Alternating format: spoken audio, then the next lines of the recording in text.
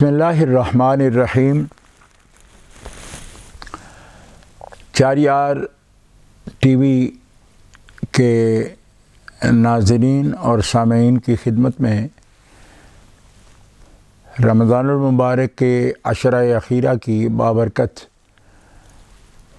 ساعتوں میں سلام مسنون عرض ہے، اور آج ہم حجیت حدیث یعنی سنت کی شرعی حیثیت پر اور اس کے دلائل شرعیہ میں سے اس کی جو اس کا نمبر ہے، اس پر آپ کی خدمت میں کچھ گزارشات پیش کریں گے۔ اور پروگرام شروع کرنے سے پہلے عزیز القدر جناب محمد فیضان قادری عرفانی سلمہ الرحمن ان کی طرف چلتے ہیں کہ وہ نعت رسول مقبول صلی اللہ تعالی علیہ وسلم سے اس پروگرام کا آغاز کریں، اور ان سے پہلے ایک آیت کریمہ کی تلاوت کا شرف حاصل کرتا ہوں، اور پھر نعت رسول مقبول کے لیے ان کی طرف متوجہ ہوتے ہیں۔ اعوذ باللہ من الشیطان الرجیم، بسم اللہ الرحمن الرحیم۔ خلق السماوات والأرض بالحق تعالى عما يشركون۔ خلق الإنسان من نطفة فإذا هو خصيم مبين۔ صدق اللہ العلی العظیم۔ جناب محمد فیضان قادری۔ صلی اللہ علیہ یا رسول اللہ وسلم علیک یا حبیب اللہ۔ آپ سا دونوں جہاں میں نظر آیا ہی نہیں، آپ سا دونوں جہاں میں نظر آیا ہی نہیں، کیونکہ اللہ نے کوئی اور بنایا ہی نہیں، آپ سا دونوں۔ اور آپ نے ایسا نوازا ہے یا رسول اللہ، آپ نے ایسا نوازا ہے یا رسول اللہ، میں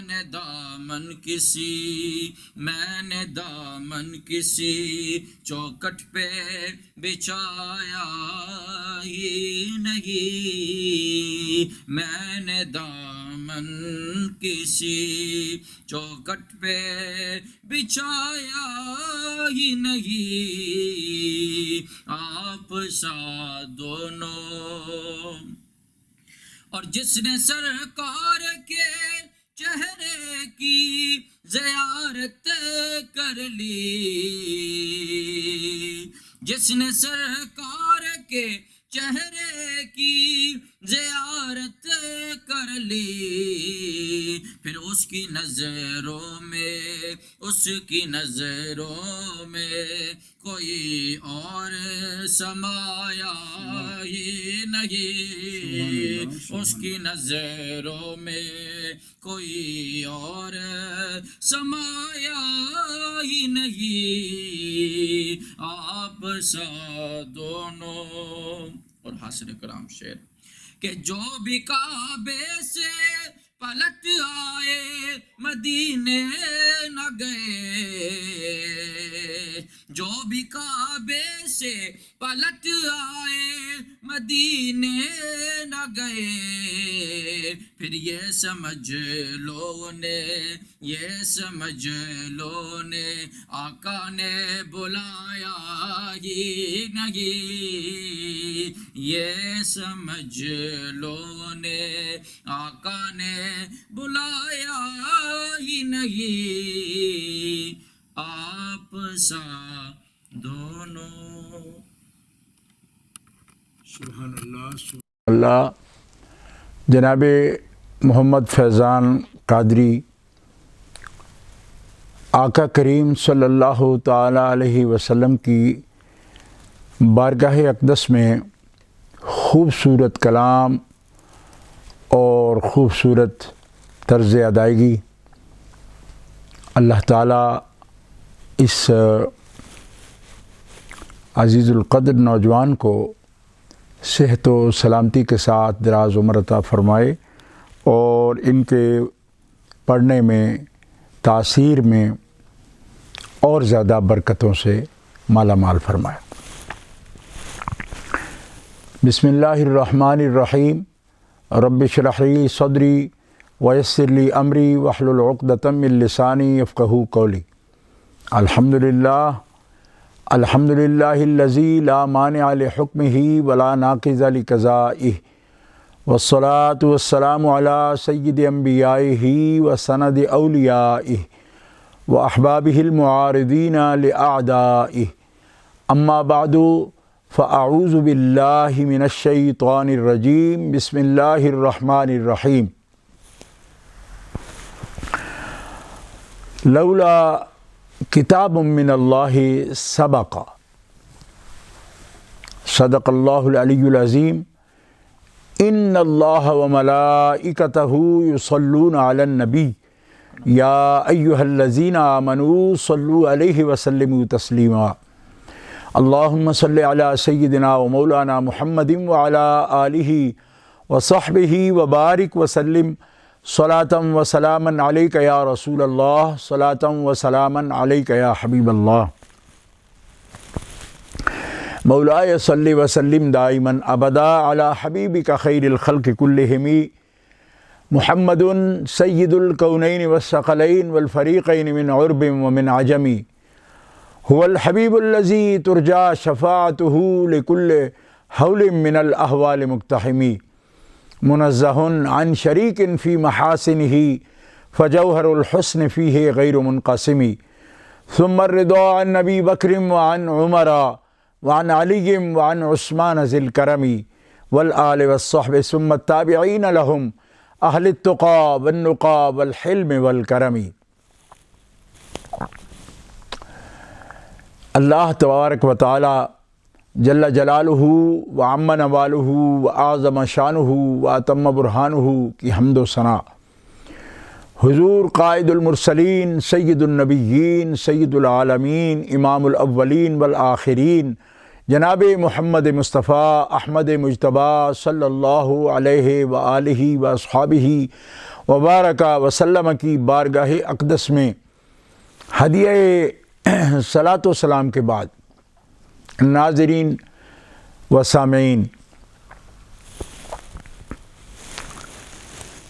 آج 4 یار ٹی وی کی اسپیشل ٹرانسمیشن میں ہم مختصر وقت کے لیے اہل سنہ والجماع کے ہاں ادلہ شرعیہ یعنی دلائل شرعی، اصول شریعت، ان میں سے کتاب اللہ کے بعد سنت رسول اللہ، جس کو دلیل شرعی کی اور اصول شرعی کی، اصول شریعت میں سے ایک اصل ہونے کا درجہ حاصل ہے، اس کا قرآن و سنت کی روشنی میں ایک مختصر جائزہ آپ کے سامنے پیش کرنے کی سعادت حاصل کی جائے گی۔ چونکہ یہ بہت ہی اصولی اور بنیادی بحث ہے، اس لیے اپنے سب ناظرین کرام سے گزارش ہے کہ کچھ وقت کے لیے اس کی طرف متوجہ ہو کر اس کو سماعت فرمائیں، تاکہ اس پر بہت سے لوگوں کو جو ایک غلط تعبیرات اس کی کر کے کنفیوز کرنے کی کوشش کی جاتی ہے، تو اس بارے میں ہمیں قرآن و سنت کے دلائل سے یہ معلوم ہو سکے کہ سنت رسول پاک کی شرعی حیثیت کیا ہے۔ گرامی قدر ناظرین و سامعین، اللہ تبارک و تعالی جل شانہ و عز اسمہ نے امت مسلمہ کو یہ حکم دیا ہے کہ اللہ تبارک و تعالی جل شانہ و عز اسمہ کی اطاعت، غیر مشروط اطاعت کی جائے، اور اللہ کے رسول صلی اللہ تعالی علیہ وسلم کی بھی غیر مشروط اطاعت کی جائے، اور اللہ کے رسول صلی اللہ تعالی علیہ وسلم کے احکام مبارکہ پر کسی قسم کا شک و شبہ یا رد و قدح اس کی امت کو اجازت نہیں ہے۔ سورۃ الحشر میں باری عز اسمہ کا ارشاد ہے، آیت نمبر 7 میں، وما آتاکم الرسول فخذوہ وما نہاکم عنہ فانتہوا۔ ما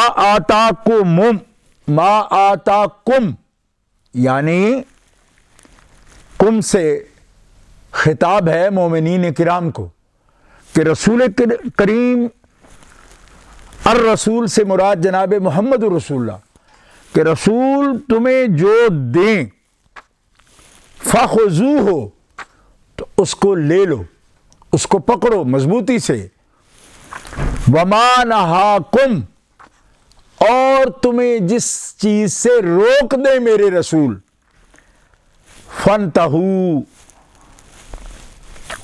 جس چیز سے روک دیں اس سے رک جاؤ، ہٹ جاؤ اس سے پیچھے اور رک جاؤ اس سے۔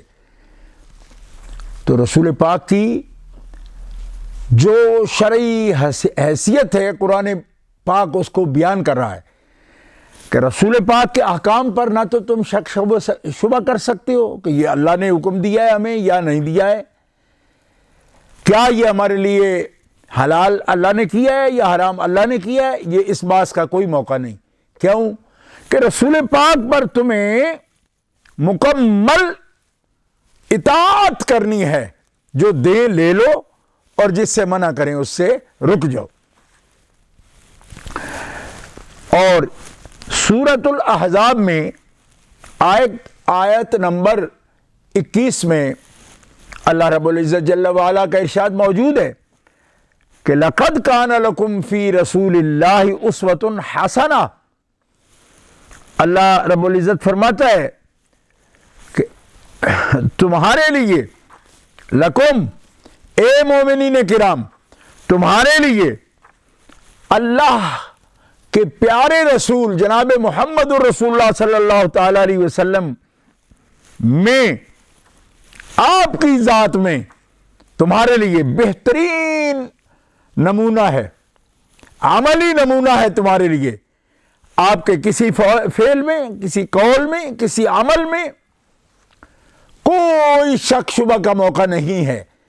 رسول پاک کا کلام فرمانا، رسول پاک کا کسی بات پر عمل کرنا، رسول پاک کا فعل مبارک، ہر لحظہ رسول کا رسول ہے. رسول جاگتے ہوئے بھی رسول ہیں، رسول سوتے ہوئے بھی تمہارے لیے رسول ہیں. رسول پاک کا ہر عمل تمہارے لیے اسوہ حسنہ ہے، عملی نمونہ ہے تمہارے لیے.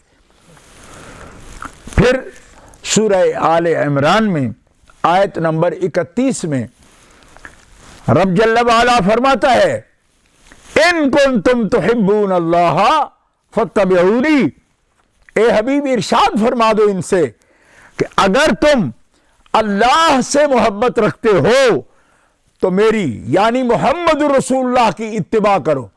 محمد رسول اللہ کے پیچھے اس شخص کو ضرور چلنا ہے، آپ کی پیروی کرنی ہے، آپ کی اتباع کرنی ہے، آپ کے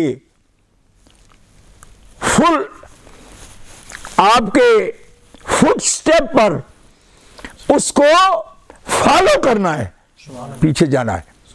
کیوں کہ اس بندے کا دعویٰ محبت الہ کا کہ میں اللہ سے محبت کرتا ہوں قبول ہی نہیں ہے جب تک وہ رسول گرامی کو فالو نہیں کرتا اور کمپلیٹلی فالو نہیں کرتا. یہ بھی نہیں کہ ایک بات میں آدھی بات میں فالو کرتا ہے، آدھی بات میں کسی اور طرف دیکھتا ہے. نہ فاتبعونی، حضور فرماتے میری اتباع کرو. اگر تم اللہ سے محبت کرتے ہو تو میری اتباع کرو، میرے پیچھے چلو. اور جب پیچھے چلو گے تو تمہیں کیا فائدہ ہوگا کہ تم تو اللہ کو چاہتے ہو نا، محبت کرتے ہو.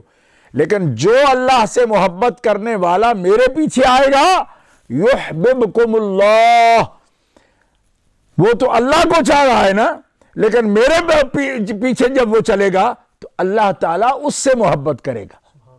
یعنی تم تو خدا کو محبوب بنا کے چلے ہو، لیکن خدا کے محبوب جناب محمد رسول اللہ کی جو اتباع کرے گا اللہ تعالیٰ خود اس بندے سے محبت کرے گا جو رسول اللہ کی پیروی کرتا ہے.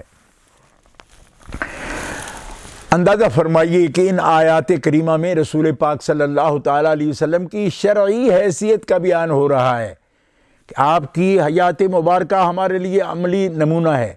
آپ کے ارشادات مبارکہ بغیر کسی رد و قدا کے کہ ہم اس پر کلام کر سکیں اس کی ضرورت نہیں. کیوں؟ اس لیے کہ رسول پاک کا فرمان بعین ہی اللہ تعالیٰ جل شانہ کا فرمان ہے. آپ کے بارے میں شک کا شکار نہ ہو. سورہ نساء میں آیت نمبر 65 کے اندر 65 نمبر آیت، اس میں اللہ رب العزت جل وعلا کا ارشاد ہے فَلَا وَرَبِّكَ لَا يُؤْمِنُونَ حَتَّى يُحَكِّمُوكَ فِي مَا شَجَرَ بَيْنَهُمْ ثُمَّ لَا يَجِدُوا فِي أَنفُسِهِمْ حَرَجًا مِّمَّا قَضَيْتَ وَيُسَلِّمُوا تَسْلِيمًا. فرمایا اور کچھ مضمون نہیں، بات نہیں، اے محمد صلی اللہ علیہ وسلم تیرے رب کی قسم یہ لوگ اس وقت تک مومن نہیں ہو سکتے جب تک اپنے ہر قضیے میں، ہر جھگڑے میں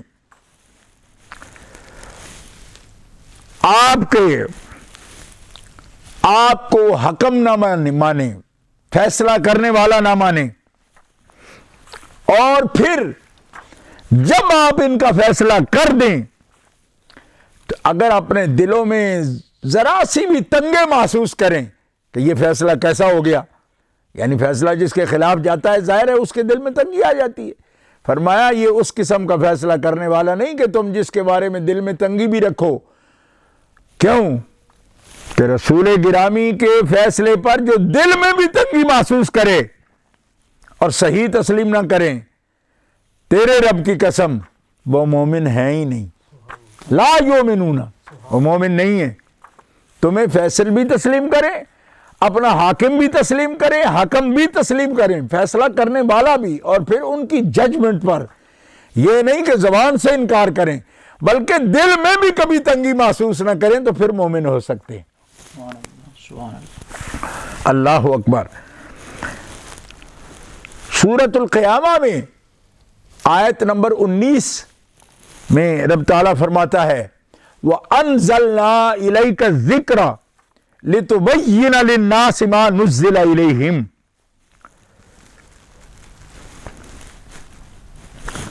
سورہ نحل میں آیت نمبر 33 میں یہ ارشاد ہے وَأَنزَلْنَا إِلَيْكَ الذِّكْرَ لِتُبَيِّنَ لِلنَّاسِ مَا نُزِّلَ إِلَيْهِمْ۔ ہم نے آپ پر قرآن اس لیے نازل کیا، اتارا کہ اس کو آپ واضح کر دیں۔ کیوں؟ کہ قرآن پاک کے تمام مطالب آپ کے سینے میں ہم نے اتار دیے ہیں، اور آپ پر قرآن جب اتارا تو اس کی سمجھ بھی اتار دی، اس کی حکمت بھی اتار دی، قرآن کا وزڈم بھی بتا دیا، قرآن کا دانش بھی بتا دیا، قرآن کی ساری سائنس بتا دی کہ قرآن کیا کہتا ہے۔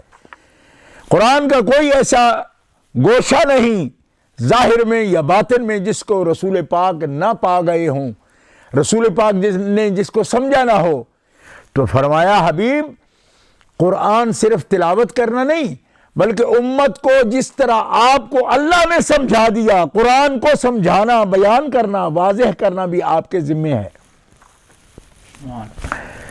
سورۃ القیامہ کی آیت نمبر 19 میں اللہ تعالیٰ جل شانہ فرماتا ہے کہ ثم ان علینا بیانا، پھر قرآن کے مضمون کی وضاحت، یعنی جو ہم آپ پر قرآن بھیج رہے ہیں، اللہ فرماتا ہے اس کی وضاحت ہمارے ذمہ ہے، ہم آپ پر کریں گے، آپ کے ذمہ ہے کہ آپ اس وضاحت کو قوم کے پاس پہنچا دیں۔ تو رسول پاک کی حیثیت، رسالت کا مقام صرف آیت تلاوت کرنے کا نہیں ہے کہ لوگ سمجھیں وہی آپ پر آتی ہے، وہی آپ صرف سنا دیں گے، نہیں، وہی کی وضاحت کرنا اور رسول پاک کی ہر بات کو لینا، ہر بیان کو اللہ کا بیان سمجھنا کہ یہ وضاحت رسول اپنے پاس سے نہیں کرتے، رب کرتا ہے، اسی وضاحت کو رسول ہمارے پاس بیان کرتے ہیں، وہ توضیح ہوتی ہے۔ اچھا، اب آئیے کہ رسول پاک کے فرامین مقدسہ کی جو حیثیت ہے شرعی، وہ بھی، اور رسالت کی حیثیت بھی، رسالت بھی ہر شک و شبہ سے بالا ہے، وہی بھی ہر شک و شبہ سے بالا ہے، اور رسول بھی ہر شک و شبہ سے بالا ہے۔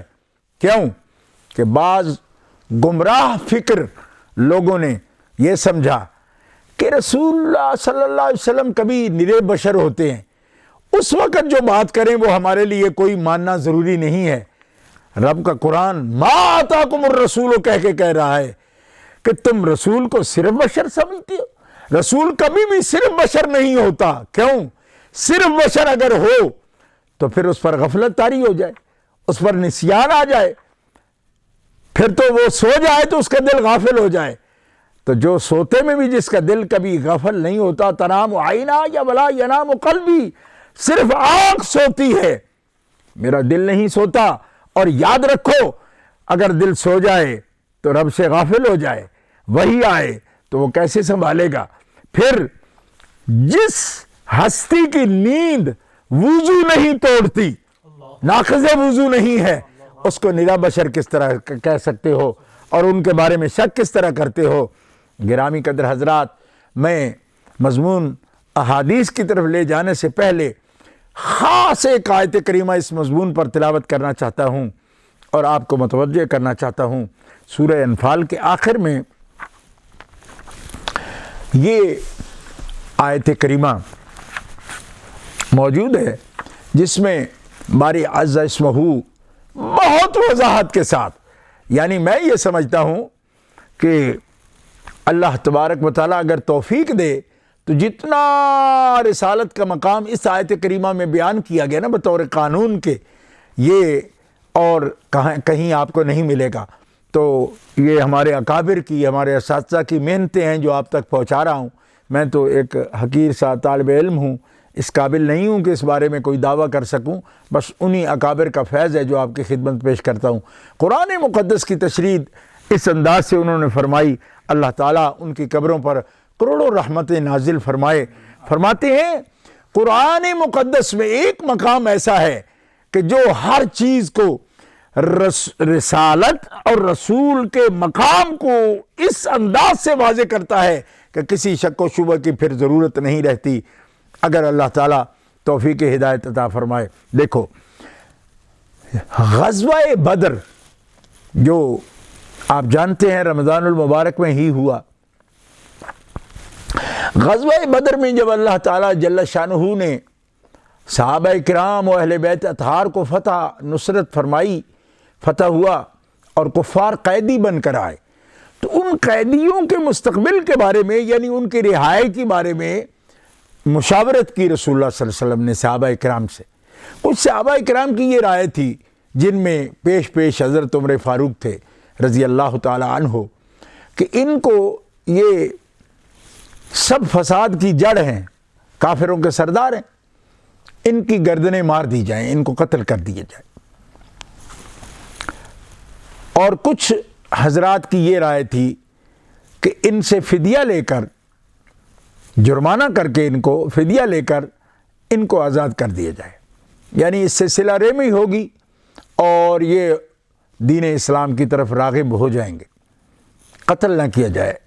یہ صحابہ جن کی یہ رائے تھی، ان میں پیش حضرت ابو بکر صدیق رضی اللہ تعالی عنہ تھے۔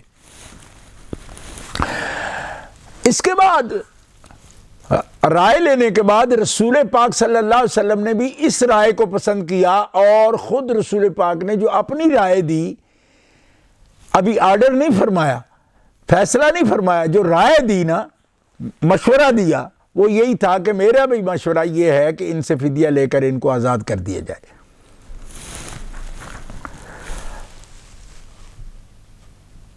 رسول پاک نے جو مشورہ دیا، ابو بکر صدیق رضی اللہ تعالیٰ نے مشورہ دیا، اور آپ کی رائے کے مطابق جنہوں نے رائے دی، مشورہ دیا، اس پر رسول پاک نے فیصلہ فرما دیا کہ ٹھیک ہے، فدیہ لے کر ان کو، کفار کے قیدیوں کو جو اسیر ہیں بدر کے، ان کو رہا کر دیا جائے، تاکہ ان کے لیے یہ پیغام ہو کہ ہم ان کے قتل میں زیادہ حرص نہیں رکھتے، بلکہ ہمارے دلوں میں یہ ہے کہ اگر یہ ہماری صلہ رحمی کو دیکھیں اور رحم کو دیکھیں، اور اس کے نتیجے میں ان کے لیے امید پیدا ہو کہ ہمیں تو اسلام کی طرف آنے میں رکاوٹ کوئی نہیں، بلکہ اگر آئیں گے تو یہ ہمیں قبول کریں گے، اعزاز کریں گے، عزت ملے گی، اور اللہ کے راستے کی طرف یہ آ جائیں، تو یہ بہتر ہے بجائے اس کے کہ ان کی جانیں لے لی جائیں اور ان کے لیے کوئی موقع نہ ہو۔ اب قرآن پاک میں اس بات پر کیا انداز ہے یہ ذرا دیکھیے۔ اللہ فرماتا ہے ما کان لنبی ان یکون لہ اسری حتی یثخن فی الارض تریدون عرض الدنیا واللہ یرید الآخرہ واللہ عزیز حکیم لولا کتاب من اللہ سبق لمسکم فیما اخذتم عذاب عظیم۔ اللہ فرماتا ہے کہ قیدیوں کے بارے میں تم نے جو فیصلہ کیا تو کیا فدیے کا ارادہ کیا؟ اللہ تمہارے لیے آخرت میں ثواب کا زیادہ ارادہ رکھتا ہے، اور اللہ بہت غلبے والا ہے اور حکمت والا ہے، یعنی تمہیں کوئی تنگی اس بات پر نہیں ہونی چاہیے کہ اللہ تبارک و تعالیٰ جو تمہیں غلبہ عطا فرمایا اور تمہیں نصرت کی اور تمہیں بدر میں فتح ہوئی، وہ پھر بھی کر سکتا ہے۔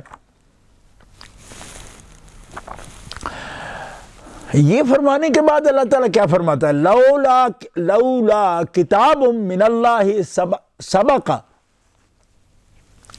اگر قرآن مجید میں اگر پہلے سے یہ نہ لکھا ہوتا، یہ وحی نہ ہوتی، تو تمہارا یہ فیصلہ کرنا، اس پر اللہ تعالیٰ تمہارا مواخذہ کرتا، یعنی تمہیں تکلیف ہوتی اور تمہیں تکلیف میں ڈالا جاتا، بہت بھاری تکلیف میں، اگر کتاب میں پہلے سے یہ فیصلہ نہ ہوتا، یعنی فدیہ لے کے ان کو آزاد کرنا، یہ میرے قرآن میں بھی پہلے سے ہے، اگر یہ پہلے نہ ہوتا اور تم یہ فیصلہ کر دیتے تو پھر تمہیں اللہ کی طرف سے مواخذہ ہوتا، پکڑ ہوتی۔ یہ جو آیت کریمہ ہے نا، یہ خاص مقام ظاہر کر رہی ہے رسول پاک کا۔ کیسے کہ ابھی یہ وحی آئی نہیں کہ ان سے فدیہ لے لو اور ان کو چھوڑ دو، تو یہ کتاب کہاں ہے جس میں یہ لکھا تھا کہ فدیہ لے لو اور چھوڑ دو، کیونکہ ابھی وہی تو آئی نہیں۔ فیصلہ تو حضور نے صحابہ کے مشورے سے حضور نے کیا۔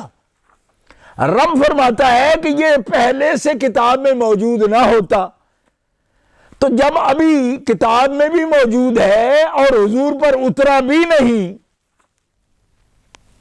تو اس کا مطلب کیا ہوا کہ رسول گرامی پر وحی نہ بھی اترے تو آپ وحی کو جانتے ہیں۔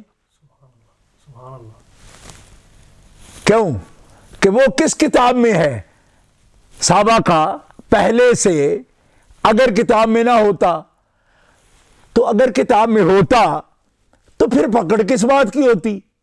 کیوں کہ وہ تو پھر کتاب کے مطابق فیصلہ کر رہے ہیں، پھر پکڑ کا کیا مطلب ہے؟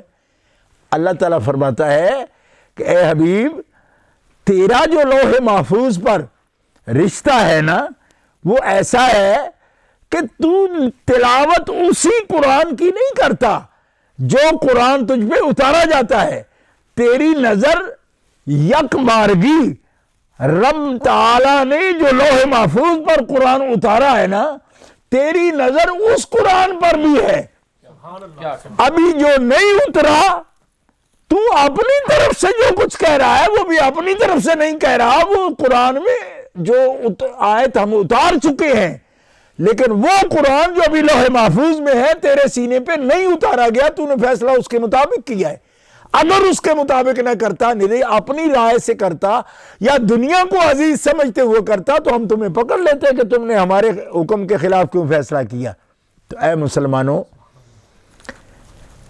میں اگر اس بات کے واضح کرنے میں کامیاب ہو گیا ہوں کہ آپ کے ذہنوں میں یہ بات آ گئی ہے، تو یہ قرآن کی دلیل قطعی ہے کہ جو بتاتی ہے کہ قرآن مقدس کی وحی ابھی سینہ رسول پر، صدر رسول پر اتری نہیں، لیکن قرآن گواہی دے رہا ہے کہ اترنے سے پہلے بھی فیصلہ آپ نے وہ کیا ہے جو لوح محفوظ پر قرآن کے اندر موجود ہے۔ سبحان اللہ، سبحان اللہ، سبحان اللہ۔ تو اب میں ان لوگوں کو جو حدیث کی دلیل ہونے کو، شرعی حیثیت کو چیلنج کرتے ہیں کہ یہ تو اگر وحی کے مطابق ہو تو ہم مان لیں گے، وحی کے مطابق نہ ہو، یعنی اس کے پیچھے دلیل نہ پڑھیں حضور، آیت پڑھ کے فیصلہ نہ کریں تو پھر ہم اس سے دلیل نہیں مانتے۔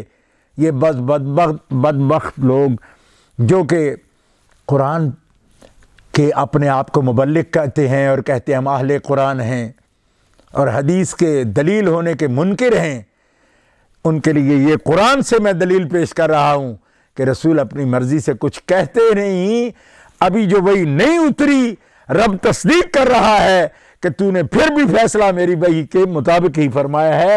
وہ قرآن جو لوح محفوظ میں ہے، ابھی تیری طرف نہیں اتارا گیا، تو نے اس قرآن سے فیصلہ کیا ہے، اور اگر اس کے مطابق یہ نہ ہوتا، فقط تیری رائے سے ہوتا، تو پھر ہم تجھے بھی اور تیرے ان غلاموں کو بھی جنہوں نے اس پر رائے دی ہے، ان کا ہم مواخذہ کرتے، اور مواخذہ اس لیے نہیں کر رہے کہ اے رسول تو نے تو اس وحی کے مطابق ہی فیصلہ کر دیا جو ہم کتاب میں پہلے اتار چکے ہیں، اور ابھی تیری طرف نہیں اتارا لیکن لوح محفوظ پر اتر چکا ہے۔ کیونکہ جو قرآن پاک کے طالب علم ہیں، علم تفسیر کے، وہ جانتے ہیں کہ قرآن پاک اللہ رب العزت جل وعلا کی طرف سے لوح محفوظ پر لیلۃ القدر میں یک بارگی نازل ہوا، دفعتاً نازل ہوا، اور پھر وہاں سے 23 سال میں نجمن آیتن رسول پاک کے سینہ اقدس پر نازل ہوا۔ لیکن آیت اترنے کے بعد ہی رسول وحی کو نہیں جانتے، بلکہ اترنے سے پہلے لوح محفوظ پر جو ہے اس کو بھی رسول پاک جانتے ہیں۔ اسی کے مطابق اس آیت کریمہ نے رسول پاک کے قول کی، حدیث کی حجیت کو ثابت کر دیا کہ رسول پاک اپنے منہ سے جو کچھ بھی نکالیں یا تو وہ وحی جلی ہوتی ہے یا وحی خفی ہوتی ہے، وحی کے بغیر پیارے مصطفیٰ کلام نہیں فرماتے ہیں، اور جب وحی کے مطابق کلام کرتے ہیں تو اس کے شرعی طور پر قانون میں، شریعت میں، اصول ہونے میں کسی قسم کا شک و شبہ نہیں کیا جا سکتا۔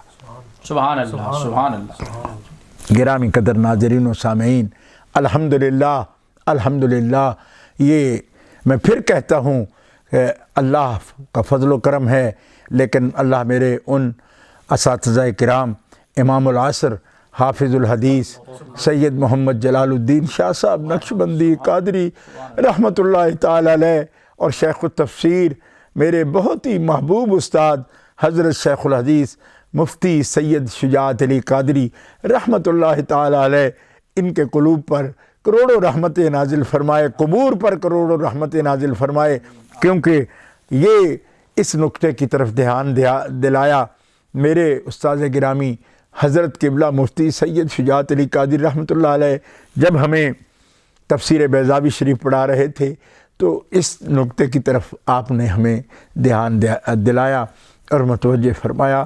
اللہ میرے استاد گرامی کے درجے جنت میں اور بلند سے بلند فرمائے۔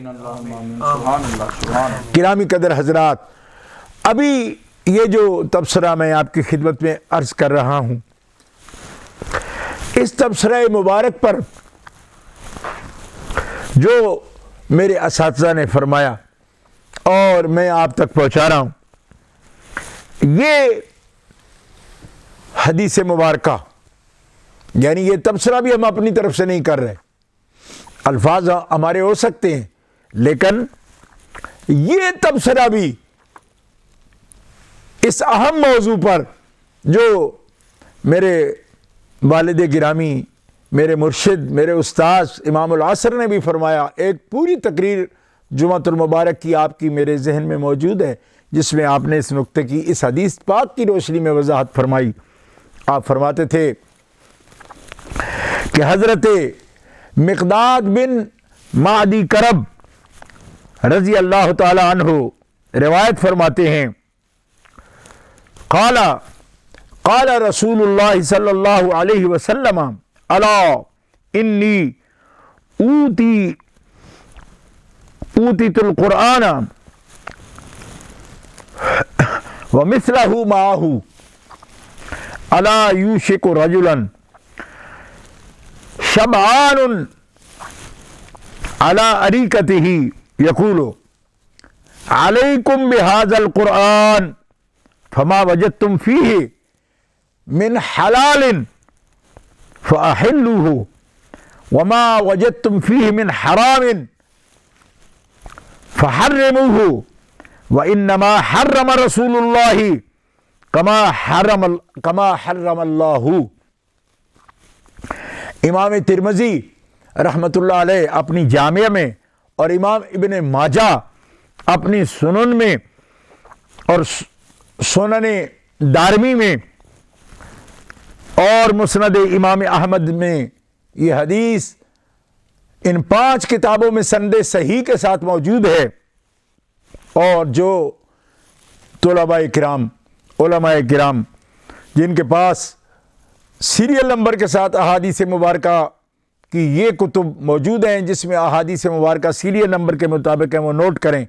جامع ترمذی شریف میں یہ حدیث رقم یعنی نمبر 2664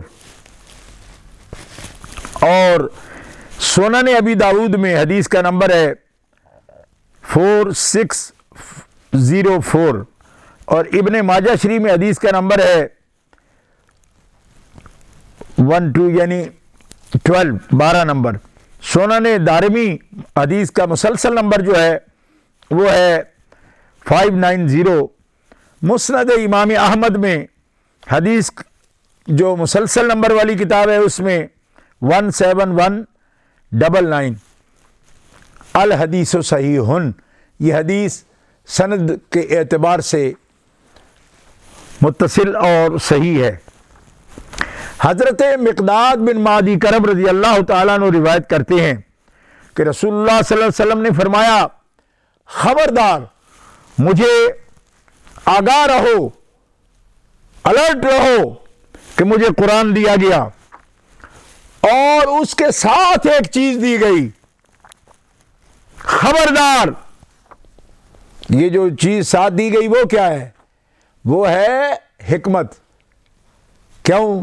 حکمت کہتے ہیں وزڈم کو، سمجھ کو، وضاحت کو، کہ مجھے میری کتاب نہیں دی گئی کہ میں صرف اس کو یاد کر کے تمہارے سامنے تلاوت کر دوں، بلکہ ایک ایک کلمہ، ایک ایک حرف رب تعالیٰ نے مجھے سمجھا دیا ہے اچھی طرح۔ اس لیے کتاب بھی دی، کتاب کی سمجھ بھی اپنی طرف سے رب نے اتاری ہے میری طرف، صرف کتاب نہیں اتاری، کتاب کی سمجھ بھی اتار دی ہے۔ سبحان اللہ۔ خبردار، پھر خبردار کیا، الا، پہلے بھی کہا پھر کہا الا۔ یہ خبردار کیوں کر رہے ہیں؟ اس کے وہ خطرہ مقام ہے۔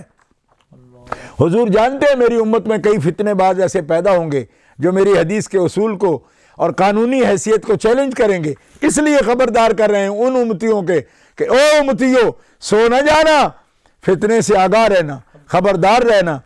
کون ہے جو حدیث کی حجیت کو چیلنج کریں گے؟ رسول پاک فرمانا، الا یوشک رجلا شبعانا الا شبعان علی اریکتہ۔ حضور فرماتے ہیں وہ وقت دور نہیں جب ایک پیٹ بھرا آدمی، پیٹھو آدمی جو اپنا پیٹ ہر وقت کھانے سے بھرے رکھتا ہے، ایک پیٹھو رجا ہوا آدمی اپنی چودراہٹ جمانے کے لیے، اپنی چودراہٹ پر اعتماد کرتے ہوئے کیا کرے گا؟ لوگوں، اپنی چودراہٹ جمانے کے لیے کہے گا، لوگوں قرآن ہی کافی ہے، جس چیز کو قرآن سے حلال پاؤ اس کو حلال سمجھو، اور جس چیز کا بیان قرآن میں پاؤ کہ وہ حرام ہے اسی کو صرف حرام سمجھو، اور کوئی حلال حرام نہیں کر سکتا۔ حالانکہ اللہ کے رسول کیا فرما رہے ہیں؟ انما حرم رسول اللہ کما حرم اللہ، بے شک اللہ کے رسول جس چیز کو کہہ دے حرام ہے وہ بھی حرام ہے، جس طرح کا اللہ کا کہا ہوا جس چیز کو اللہ حرام قرار دے وہ حرام ہوتی ہے، اور جس کو اللہ کا رسول حرام قرار دے وہ بھی حرام ہو جاتی ہے۔ کیوں؟ اس لیے کہ اللہ کے قرآن نے رسول کا یہ منصب بیان کیا علیہ السلام، یحل لهم الطیبات ویحرم علیہم الخبائث۔ یہ رسول وہ ہے جو پاک چیزیں تمہارے لیے حلال کرتا ہے، پاکیزہ چیزوں کو حلال کرتا ہے اور خبیث چیزوں کو تم پر حرام کرتا ہے۔ یحلو کا فاعل رسول پاک کی ذات ہے۔ الذین، قرآن اٹھا کے دیکھو، الذین یتبعون الرسول النبی الامی الذی یجدونہ مکتوبا عندہم فی التوراۃ والانجیل یأمرہم بالمعروف وینہاہم عن المنکر ویحل لہم الطیبات ویحرم علیہم الخبائث۔ یہ رسول ہے جو طیب چیزیں تمہارے لیے حلال کرتا ہے اور خبیث چیزیں تم پر حرام کرتا ہے۔ اور اس حدیث میں رسول پاک یہ واضح فرما رہے ہیں کہ رب کا ہی حلال کیا ہوا صرف حلال نہیں، محمد رسول اللہ جو چیز تمہارے لیے حلال کر دے وہ حلال ہے، اور محمد رسول اللہ بھی جس چیز کے لیے تمہیں خبیث چیز کے لیے کہہ دیں کہ حرام ہے وہ اسی طرح تم پر حرام ہے جس طرح اللہ کی حرام کی ہوئی چیز تم پر حرام ہے۔ یہ ہے قانونی حیثیت حدیث پاک۔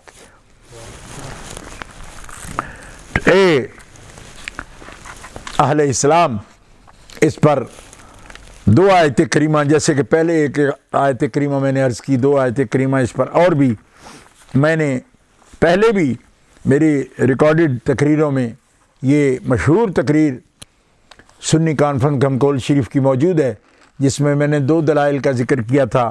ما جعلنا القبلۃ التی کنت علیہا، کہ حبیب 17 مہینے تک، یہ سورہ بقرہ میں دوسرے پارے کی دوسری آیت سیقول السفہاء کے بعد یہی شروع ہوتی ہے، جس میں فرمایا گیا کہ ما جعلنا القبلۃ التی کنت علیہا الا لنعلم من یتبع الرسول ممن ینقلب علی عاقبیہ، کہ 17 مہینے تک آپ بیت المقدس کی طرف کو قبلہ بنا کے جو آپ نمازیں ادا کرتے رہے متوجہ ہو کر، وہ قبلہ بھی ہم نے مقرر کیا تھا۔ حالانکہ طلباء کرام، ناظرین و سامعین، علماء کرام، اصحاب دانش و بینش، اس بات پر غور کیجئے کہ الحمد سے لے کر، الحمد سورہ فاتحہ سے لے کر سورہ الناس کی آخری سین تک 30 پارے میں کہیں بھی وہی میں اس بات کا ذکر نہیں ہے کہ اے حبیب آپ بیت المقدس کو قبلہ بنا لیں، کہیں بھی نہیں ہے۔ میں ایک ادنا خادم ہوں، میں آپ کی خدمت میں عرض کر رہا ہوں کہ اللہ کے رسول صلی اللہ علیہ وسلم کا ایسی وحی جلی آپ کی طرف موجود نہیں ہے کہ جس میں ان 17 مہینوں میں قبلہ بنانے کا حکم ہے۔ لیکن جب تحویل قبلہ ہوئی، آپ کو حکم ہو رہا ہے کہ آپ اپنا پسندیدہ قبلہ بنا لیں بیت اللہ شریف کو، تو رب کہہ کے آ رہا ہے کہ آپ جس قبلے پر تھے نا اس سے پہلے نماز پڑھتے تھے، یعنی بیت المقدس کی طرف، وہ بھی ہم نے مقرر کیا تھا۔ تو ہم پوچھتے ہیں کہ کہاں گیا تھا، کس آیت میں کیا تھا؟ وہی تو اتاری نہیں، پھر کس طرح حضور نے اس کو قبلہ، حالانکہ قبلے کی طرف منہ کرنا، متوجہ ہونا تو شرط ہے نماز کے لیے، تو بغیر وہی کے کس طرح ہو گیا وہ 17 مہینے تک وہ قبلہ کیسے بن گیا؟ معلوم ہو اللہ فرماتا ہے کہ وہی صرف وہ نہیں ہے جو وہی جلی کی صورت میں محبوب کے سینے پر نازل کروں، وہی وہ بھی ہے جو حبیب اپنی زبان سے ارشاد فرما دے اور میں صرف ان کے دل پر القاء کر دوں، اگرچہ وہ وحی جلی نہ ہو، قرآن میں موجود نہ ہو، لیکن میرا رسول جو کہتا ہے وہ بھی میرے ہی حکم ہوتا ہے۔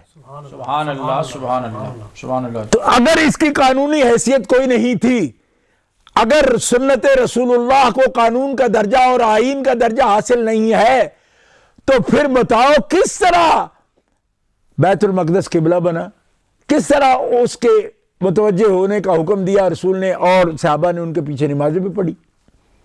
اللہ فرماتا ہے وہ رسول نے مقرر کیا تھا، لیکن وہ رسول نے اپنی طرف سے نہیں کیا تھا، میری طرف سے کیا تھا۔ یہ ثبوت ہے۔ آگے چلیے، چونکہ یہاں اختصار سے اس سے کہہ رہا ہوں کہ جو دوست 50,000 تقریریں احکر کی نیٹ پر موجود ہیں اور جو دیکھ سن چکے ہیں، وہ اس سے رابطہ کر کے پوری دلیل کو جس وضاحت سے میں نے پیش کیا تھا وہ اس کے ساتھ ملا سکتے ہیں، کیونکہ حجیت حدیث کے موضوع پر ہی وہ دلیل ہے۔ اور دوسری دلیل میں نے اس موقع پر بھی پیش کی تھی، تیسری آج پیش کر دی ہے کہ احل لکم لیلۃ الصیام الرفث الی نسائکم ہن لباس لکم وانتم لباس لہن علم اللہ انکم کنتم تختانون انفسکم فتاب علیکم وعفا عنکم۔ آپ جانتے ہیں کہ رب تعالی نے ارشاد فرمایا کہ جب 24 گھنٹے میں افطار کے بعد رات کو سحری تک بھی تم پر یہ پابندی تھی کہ تم اپنی منکوحہ کے عورت کے پاس اس کی طرف متوجہ ہونا، رفث للنساء یعنی ارادہ سے اس کے قرب کا ارادہ کر کے اس سے رفث کرنا، یہ حلال نہیں ہے، حلال نہیں تھا۔ عالم اللہ انکم کنتم تختانون، اللہ جانتا ہے کہ تم میں سے جس سے خیانت ہو گئی، خیانت ہو گئی، خیانت تو غلطی ہے، امانت میں خیانت کرنا جی فسق ہے،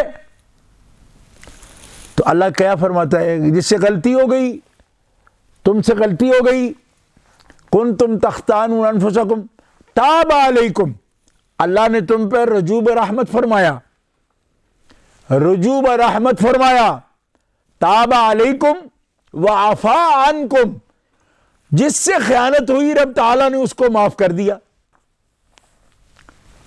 اور جس کو رب تعالیٰ رفث للنساء کو خیانت فرما رہا ہے جی، یہ خیانت تب ہو سکتی ہے جب اس سے پہلے رب تعالیٰ نے کسی حکم میں منع کیا ہو کہ تمہارے لیے حلال نہیں ہے عورتوں کے پاس جانا رمضان کو راتوں میں.